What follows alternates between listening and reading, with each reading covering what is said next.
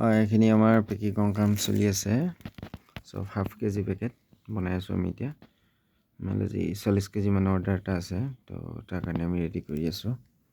এইখিনি আমি পেকেট কৰা হৈ গ'ল, তো আৰু পেকিং কৰিম আৰু ছিঙিবলৈও আছে। এতিয়া 30 কেজিমান ছিঙিছোঁ আৰু 10 কেজিমান ছিঙিব লাগিব। ছিঙি পেলাই আমি পেকিং কৰি পঠাম ৰাতি। এইবিলাক মাল, এইবিলাক পিপি আৰু পিপিত আমি পেকিং কৰি দিওঁ। এইটো মেচিনে চিল কৰি দিওঁ। সেইখিনি মাল ছিঙা আছে, এইখিনি মাল এতিয়া ছিঙি চাইজত লগাই আছোঁ। আৰু এইখিনি দেখিছে নহয়, পুৰা মালবোৰ চব আমাৰ দেখিছে চব ড্ৰাই। আমাৰ ইয়াত পানীৰ পৰিমাণটো কম থাকে। এইবিলাক দেখিছেনে, একদম ড্ৰাই মাল। তো আমাৰ অৰ্ডাৰ অহাৰ কাৰণ এটাই, আমাৰ মালবিলাক ড্ৰাই যোৱাৰ কাৰণে যিকেইজন বিক্ৰী কৰে তেওঁলোকে খুব ভাল পায় আমাৰ মালটো বিক্ৰী কৰি। তো সেইকাৰণে আমাৰ অৰ্ডাৰ আহি থাকে আৰু সৰু সৰু পেকিঙত আমি পঠিয়াওঁ।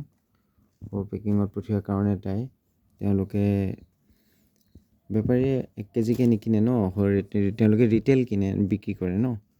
তেওঁলোকে আধা কেজি প্ৰায় মানুহে নিয়ে। 1 কেজি নিলে 2টা পেকেট লৈ যায়। তো সেইটো কাৰণে আমি হাফ কেজি পেকিং ইয়াৰ পৰাই কৰি পঠিয়াওঁ। আপোনালোককো যদি লাগে আমাক যোগাযোগ কৰিব।